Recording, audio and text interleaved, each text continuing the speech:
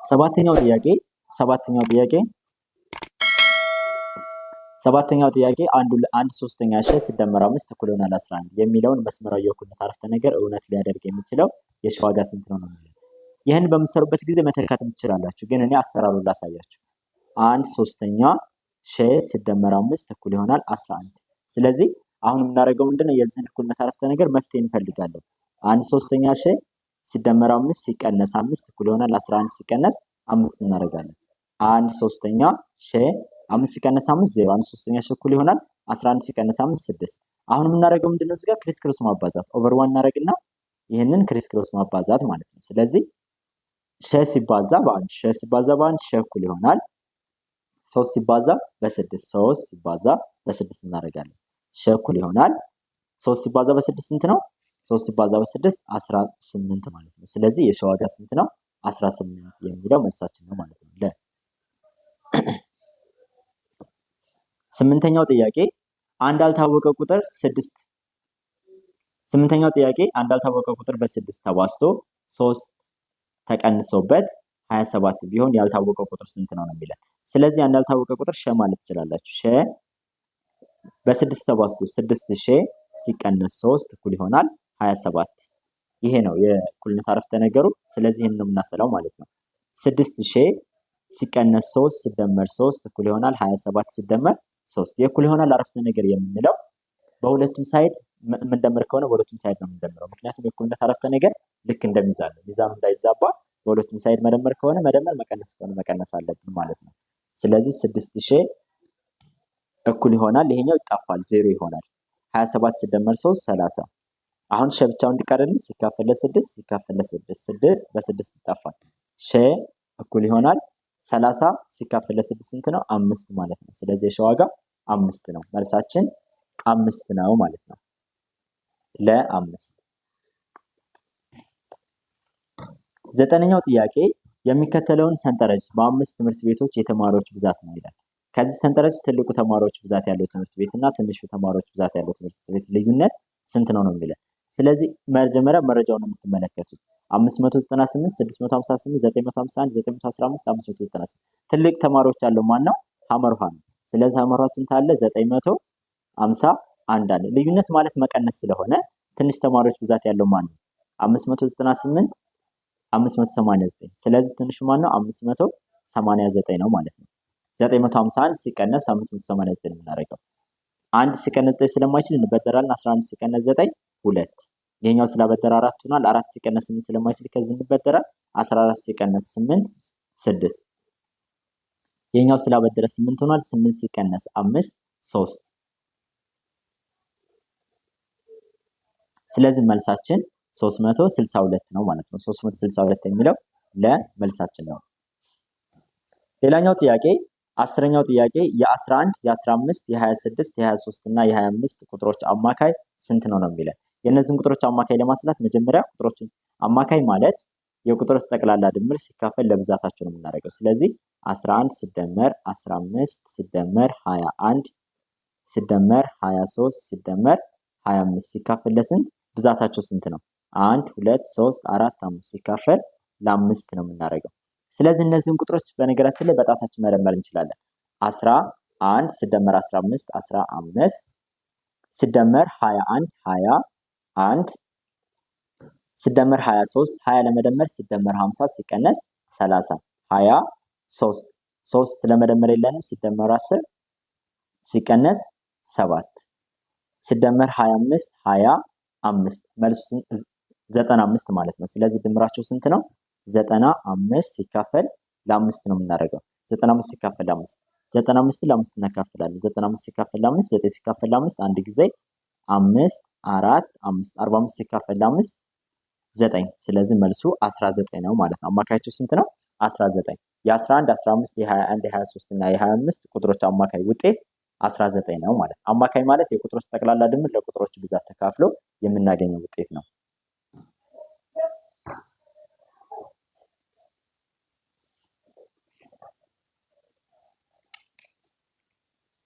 11ኛው ጥያቄ አንድ ትልቅ ካሬ በትንንሽ ካሬዎች እንደሚከተለው ተከፋፈለ። የትንንሾቹ ጎን 2 ሳንቲሜትር በ2 ሳንቲሜትር ቢሆንና ትልቁ ካሬ ስፋት ስንት ነው ነው የሚለን። ስለዚህ አሁን ለማስላት ይሄንን የምናሰላው ምንድነው? እንደምትመለከቱት ይሄ ትልቁ ካሬ ነው፣ በትንንሽ ካሬዎች ተከፋፍሏል። ስለዚህ የካሬን ስፋት ለማግኘት እንደምናደርገው ስፋት እኩል ይሆናል ርዝመት ሲባዛ በርዝመት ወይም ደግሞ ስኩዌር ነው የምናደርገው። በመጀመሪያ ግን የትንንሾቹን ካሬዎች ርዝመት ስለተሰጠን የአንዷ ካሬ ስፋት ስንት ነው የሚለውን እናሰላለን ማለት ነው። ስለዚህ የአንዷ ካሬ ስፋት ስንት ነው? 2 ሲባዛ በ2 ነው የምናደርገው። 2 ሲባዛ በ2 ስንት ነው? 4 ነው ማለት ነው። ስለዚህ 4 እያንዳንዷ 4 ናት ማለት ነው። ወይም የዚች ርዝመት ስንት ነው? ከዚች እስከዚህ ድረስ ያለችው ስንት ነው? 2 ናት። ይችኛዋም 2፣ ይችም 2፣ ይችም 2። ስለዚህ 2 ሲደመር 2 4 ሲደመር 2 6 ሲደመር 2 8። የዚህ ርዝመቱ ስንት ነው ማለት ነው? 8 ሳንቲሜትር ማለት ነው። 8 ሳንቲሜትር። በጎን በኩል ያለው ይሄኛውም 8 ሳንቲሜትር ነው። ስለዚህ ስፋት ማለት ስፋት እኩል ይሆናል ርዝመት ሲባዛ በርዝመት ነው። ስፋት እኩል ይሆናል 8 ሳንቲሜትር ሲባዛ በ8 ሳንቲሜትር ማለት ነው። ስለዚህ ስፋት እኩል ይሆናል 8 ሲባዛ በ8 ስንት ነው? 64 ሳንቲሜትር ስኩዌር ይሆናል ማለት ነው። በነገራችን ላይ 8 ሲባዛ በ8 የሚለውንም በጣታችሁ ማስላት ትችላላችሁ። ስለዚህ 8 ሲባዛ በ8 ለማስላት 6 7 8 ጣቶቻችሁን በመጀመሪያ በቁጥር መወከል 6 7 8 እነዚህን ጣቶች ካገናኛችሁ በኋላ የቆሙትን ጣቶች በ10 በ10 ነበር 10 20 30 40 50 60 60 ሲደመር 60 ሲደመር ከላይ የታጠፉትን ጣቶች ማባዛት 2 ሲባዛ በ2 4 60 ሲደመር 4 64። ስለዚህ መልሱ 64 ነው ማለት ነው። 64 ሳንቲሜትር ስኩዌር የሚለው መልስ ይሆንናል። ስለዚህ ሀሌታ ውሃ ነው መልሱ። 12ኛው ጥያቄ ለሚከተለው ቅርጽ አጠቃላይ ስፋቱ ስንት ነው የሚለው። ስለዚህ ይሄን ምስል ተመልከቱት። ሁለት አይነት ምስሎች ናቸው ያሉት። እዚህ ጋር ካሬ ያለን እንደዚህ ስንከፍላት እችኛዋ ስንት ሆናለች? ሁለቱም ሬክታንግሎች ናቸው። ሁለት ሬክታንግሎች አሉ ማለት ነው። የዚህኛዋ ሬክታንግል ስፋት 1 ብንለው የዚህኛውን ሬክታንግል ደግሞ ስፋት 2 ብንለው፣ ስለዚህ አጠቃላይ ስፋት ምንድነው የሚሆነው? ስፋት 1 ሲደመር ስፋት 2 ነው የምናደርገው ማለት ነው። ስለዚህ ይሄን በምናሰላበት ጊዜ ተመልከቱ። በመጀመሪያ የስፋት 1ን የዚህኛዋን የጎን ይሄኛው እርዝመት ተሰጥቶናል ወይም ደግሞ ወርድ ተሰጥቶናል። የዚህኛውን እርዝመት ማግኘት አለብን። የዚህኛውን እርዝመት ለማግኘት ተመልከቱ ከዚህ እስከዚህ ድረስ ያለው ስንት ነው? 4 ሳንቲሜትር ነው። በአጠቃላይ ይሄ 10 ሳንቲሜትር ከሆነ ይችኛዋ 4 ነች ማለት ነው። የዚች 4 ይችኛዋም ደግሞ 4 ነች። ስለዚህ እቺ ስንት ሆናለች? መሃሏ 2 ሳንቲሜትር ማለት ነው። 2 ሳንቲሜትር። ስለዚህ ስፋት 1 እኩል ይሆናል 2 ሲባዛ 2 ሳንቲሜትር ሲባዛ በስንት ሳንቲሜትር? ይሄኛውን ደግሞ ስንት ነው? 5 ነው። በ5 ሳንቲሜትር ማለት ነው። ስለዚህ ስፋት 1 እኩል ይሆናል 2 ሲባዛ በ5 ስንት ነው? 10 ሳንቲሜትር ስኩዌር 10 ሳንቲሜትር ስኩዌር ይሆናል። ስፋት 2 እኩል ይሆናል ርዝመቱ ተሰጥቶናል 10 ሳንቲሜትር ነው። 10 ሳንቲሜትር ሲባዛ ወርድ ተሰጥቶናል 6 ሳንቲሜትር ነው። 6 ሳንቲሜትር። ስለዚህ 10 ሳንቲሜትር ሲባዛ በ6 ሳንቲሜትር ስፋት 2 እኩል ይሆናል 10 ሲባዛ በ6 60 ሳንቲሜትር ይሆናል ማለት ነው። 60 ሳንቲሜትር 60 ሳንቲሜትር ምን ስኩዌር ሳንቲሜትር ሲባዛ በሳንቲሜትር ሳንቲሜትር ስኩዌር ይሆናል። ስለዚህ ስፋት አጠቃላይ ስፋት እኩል ይሆናል ምንድነው የምናደርገው? እዚህ ጋር ያገኘነው ስፋት 1 ሲደመር ስፋት 2 ነው የምናደርገው። ስለዚህ ስፋት 1 ስንት ነው? 10 ሳንቲሜትር ስኩዌር ሲደመር 60 ሳንቲሜትር ስኩዌር ነው የምናደርገው። ስለዚህ ምንድነው የምናደርገው? 10 ሳንቲሜትር ስኩዌር ሲደመር 60 ሳንቲሜትር ስኩዌር 70 ሳንቲሜትር ስኩዌር ይሆናል ማለት ነው። ስለዚህ አጠቃላይ ስፋቱ 70 ሳንቲሜትር ስኩዌር ነው ማለት ነው። ሐመሩሃ 70 ሳንቲሜትር ስኩዌር። 13ኛው ጥያቄ ጎን አምስታዊ ፕሪዝምን አስመልክቶ ትክክል ያልሆነ የቱ ነው ነው የሚለው። ይሄ የምትመለከቱት ጎን አምስታዊ ፕሪዝም ነው። የጎን ገጽ ብዛት አለው ይላል። 5 የጎን ገጽ ብዛት አለው። የጎን ገጾቹ ብዛት ስንት ናቸው? 5 ናቸው። ስለዚህኛው ትክክል ነው ማለት ነው። 10 መለያያዎች አሉት። 10 መለያያዎች አሉት። መለያያዎቹ ደግሞ የምንላቸው እነዚህ ናቸው። እነዚህን ስንቆጥራቸው 10 ይሆናሉ። 10 መለያያዎች አሉት። ስለዚህ ይሄኛው ምንድነው ማለት ነው? ትክክል ነው ማለት ነው። 10 መለያያዎች አሉት። ኦኬ 12 ጠርዞች አሉት። የጠርዞቹ ብዛት 12 አይደሉም 15 ጠርዞች ናቸው። ምክንያቱም የጎን ገጹ ስንት ነው? ጎን አምስታዊ ፕሪዝም ነው። ጎን አምስታዊ ፕሪዝም ከሆነ እንደገና ደግሞ የጠርዞቹን ብዛት ለማግኘት 5 ሲባዛ በ3 ነው የምናደርገው። ስለዚህ 15 ጠርዞች አሉት። ስለዚህ ትክክል ያልሆነው ማን ነው? ሐመሩሃ ነው ማለት ነው። የጎን ገጾቹ ፓራሌሎግራም ናቸው። የጎን ገጾቹ ፓራሌሎግራም ምስል ነው ያላቸው። ተመልከቱ ይሄኛውና ይሄ የፓራሌሎግራም ምስል ነው ያለው ማለት ነው። ስለዚህ መልሱ ሐመሩሃ 12 ጠርዞች አሉት የሚለው ትክክል አይደለም ማለት ነው።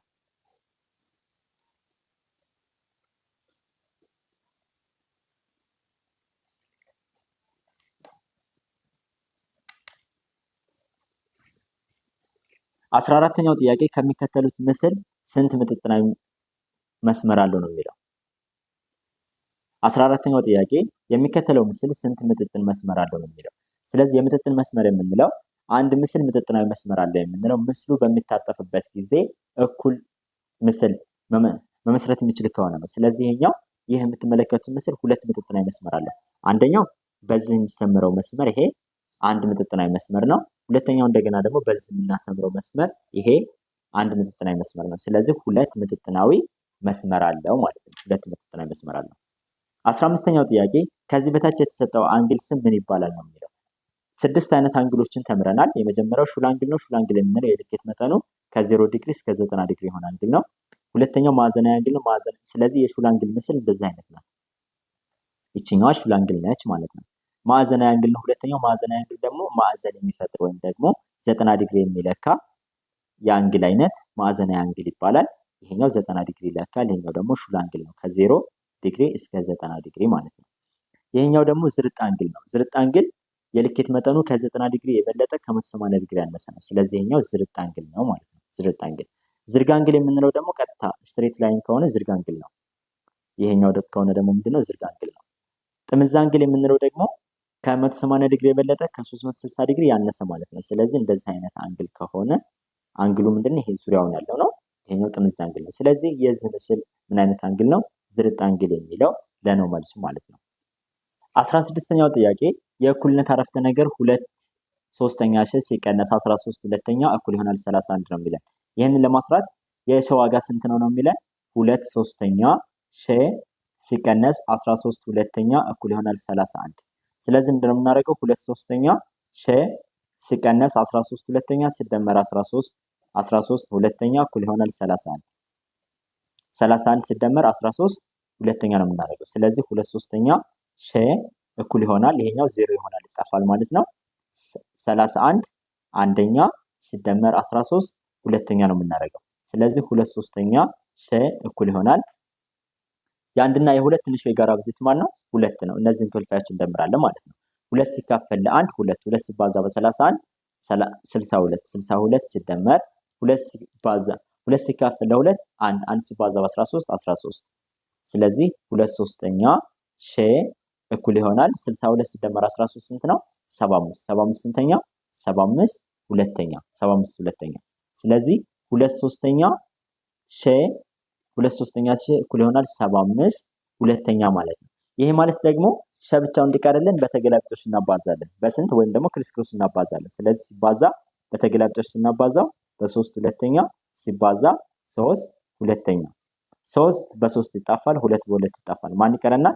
ሸ እኩል ይሆናል 75 ሲባዛ በ3 2 ሲባዛ በ2 ይሆናል ማለት ነው። ስለዚህ 75 ሲባዛ በ3 ስንት ነው? 75 ሲባዛ በ3 225 225 ስንተኛ? 2 ሲባዛ በ2 አራተኛ። ስለዚህ 225 ስንተኛ? አራተኛ። ይሄ መልሳችን ነው ማለት ነው። 225 አራተኛ የሚለው መልሳችን ነው። ስለዚህ መልሱ ሐመሩሃ ነው ማለት ነው። 17ኛ ጥያቄ ከሚከተሉት ቁጥሮች ውስጥ ያለ እኩልነት አረፍተ ነገር 9 ሲደመር ቀ ይበልጣል ከ35 እውነት የሚያደርገው የቀ ዋጋ ስንት ነው ነው የሚለው። ይህንን መተካት ትችላላችሁ ወይም ደግሞ ያለ እኩልነት አረፍተ ነገሩን አስልተን ማግኘት እንችላለን። 9 ሲደመር ቀ ይበልጣል 9 ሲደመር ቀ ይበልጣል 35 የሚለውን ነው የሚሰራው 35። ስለዚህ 9 ቀ እኩል ይሆናል ቀ ይበልጣል 35 ሲቀነስ 9። ምክንያቱም እዚህ ጋር ፖዚቲቭ ስለሆነ ይሄ መቀነስ ይሆናል ያለ እኩልነት አረፍተ ነገሩ ወደዛ ሲሻገር ማለት ነው። ስለዚህ ቀ ይበልጣል 35 ሲቀነስ 9 35 ሲቀነስ 9 ስንት ነው? 5 ሲቀነስ 9 4 አይደለም? 35 ሲቀነስ 9 26። ስለዚህ የቀ ዋጋ ስንት ነው? ከ26 የበለጡ ቁጥሮች ናቸው ማለት ነው። ከምርጫዎቹ መካከል ከ26 የበለጠው ቁጥር ማለት ነው። ሀ 27 ለ 26 ሐመሩሃ 24 መ 25። ስለዚህ መልሱ 27 ነው ማለት ነው። ምክንያቱም የቀ ዋጋ ቀ ይበልጣል ከ26 ነው የሚለው። ከ26 የሚበልጠው ቁጥር ደግሞ ማን ነው? 27 ነው ማለት ነው። 27 18ኛው ጥያቄ ያለ እኩልነት አረፍተ ነገር 21 ይበልጣል ወ ሲደመር 12 የመስሪያ ክልል የሙሉ ቁጥር ስብስብ ቢሆን ከሚከተሉት ውስጥ የዋጋዎች ስንት ናቸው ነው የሚለን። ስለዚህ ይሄን ለማስላት 21 ይበልጣል ወ ሲደመር 12 ይህንን ለማስላት ምንድነው የምናደርገው? የወን ዋጋ ማግኘት አለብን። 21 12 ይበልጣል ወይም ደግሞ ያለ እኩልነት አረፍተ ነገሩ ምልክት ወደዚህ ሲመጣ ምን ይሆናል? ወይም ደግሞ 12 21 ይበልጣል ወ ሲደመር 12 ሲቀነስ 12 በዚህም ጋር እናደርጋለን ሲቀነስ 12 እናደርጋለን ማለት ነው። ስለዚህ 21 ሲቀነስ 12 ይበልጣል ወ የ21 የዋጋ ስንት ነው ማለት ነው? 21 ሲቀነስ 12 ነው። 21 ሲቀነስ 12 ደግሞ ስንት ነው? 8 ማለት ነው። 8 ይበልጣል ወ 8 ይበልጣል ወ 8 ይበልጣል ወይም ደግሞ ወ ያንሳል ከስንት ማለት ነው? ከ8 ወ ያንሳል ከ8 ማለት ነው። ስለዚህ የዋጋዎች ከ8 የሚያንሱ ናቸው። እነዚህ ምን ናቸው? ሙሉ ቁጥሮች ቢሆኑ የመስሪያ ክልል የተባሉ። ስለዚህ 0 2 0 1 2 3 8 እስከ 8 ከ8 ያነሱ ቁጥሮች ናቸው ማለት ነው። ከ8 ያሉ ያነሱ ቁጥሮች ናቸው። ስለዚህ ያለ እኩልነት አረፍተ ነገር የመስሪያ ክልል የውስብስብ ቢሆን ነው የሚለን። የዋጋዎች ስንት ናቸው? 0 1 2 3 8 እዚህ ጋር ግን 8ን ጨምሮታል። ስለዚህ የጥያቄው ይበልጣል እኩል ይሆናል መሆን ያለበት ማለት ነው። ስለዚህ መልሱ ማን ነው? ለ ነው። ለ 19ኛው ጥያቄ የ6 ተማሪዎች ወርሃዊ ትምህርት ቤት ክፍያ 5400 ብር ቢሆንና የ10 ተማሪዎች ወርሃዊ ክፍያ ስንት ነው የሚለን። ስለዚህ አሁንም ይሄን ጥያቄ ደግሞ ለማስላት ምንድነው የምናደርገው? የ6 ተማሪዎች ወርሃዊ ክፍያ ስንት ነው? 5400። ስለዚህ የእያንዳንዳቸው ወርሃዊ ክፍያ ስንት እንደሆነ ለማግኘት ምንድነው የምናደርገው? 5400 ሲካፈል ለ6 ነው የምናደርገው። 5400 ሲካፈል ለ6 ስንት ነው? 900። ስለዚህ ወርሃዊ ክፍያችሁ ስንት ነው ማለት ነው? 900 ብር ነው ማለት ነው። ስለዚህ 900 ብር ከሆነ የ10 ተማሪዎች ወርሃዊ ክፍያ ስንት ይሆናል? 900 ሲባዛ በ10 ይሆናል ማለት ነው። ማንኛውንም ቁጥር በ10 በ100 የምታባዙ ከሆነ ዜሮዎች ብታችሁ ቁጥሮችን ማባዛት። ስለዚህ 9 ሲባዛ በ1 ስንት ነው? 9። ስለዚህ እዚህ ጋር ሁለት ዜሮዎች አሉኝ፣ ሁለት እዚህ ጋር አንድ ዜሮ አለ፣ 3 ዜሮ መጨመር ማለት ነው። መልሱ 9000 ይሆናል። ስለዚህ የ10 ተማሪዎች ወርሃዊ ክፍያ ስንት ይሆናል? 9000 ነው ማለት ነው። 20ኛው ጥያቄ አንድ ነጋዴ ከ120 እንቁላል አንድ ነጋዴ ከ120 እንቁላል ነበረው ነው። 120 እንቁላል ነበረው። ነጋዴው በየ1 ሰዓት ልዩነት እንቁላሎችን ግማሽ ቢሸጥ ከ2 ሰዓት በኋላ ስንት እንቁላሎች ይኖሩታል ነው የሚለው። ለምሳሌ ከ1 ሰዓት በኋላ ስንት እንቁላል ይተርፈዋል? 60 እንቁላል ይቀረዋል። አሁንም ግማሹን ቢሸጥ ስንት ይቀረዋል?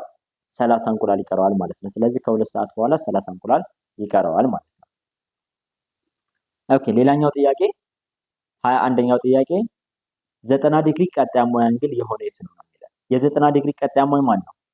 90 ዲግሪ ቀጣያማ የምንለው የሁለት አንግሎች ድምር 90 ዲግሪ የሚሆን ከሆነ ነው። ስለዚህ 90 ዲግሪ ከማን ጋር ቢደመር 90 ነው? ሀ 0 ዲግሪ ለ90 ዲግሪ ሐመርሃ 80 ዲግሪ መ 10 ዲግሪ። ስለዚህ መልሱ የ90 ዲግሪ ቀጣያማ 0 ዲግሪ ነው።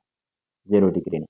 90 ዲግሪ አንልም፣ ምክንያቱም 90 ዲግሪ ሲደመር 90 ዲግሪ 80 ዲግሪ ነው። ስለዚህ የ90 ዲግሪ ዝርጋማ ከተባልን ግን 90 ዲግሪ ይሆናል ማለት ነው።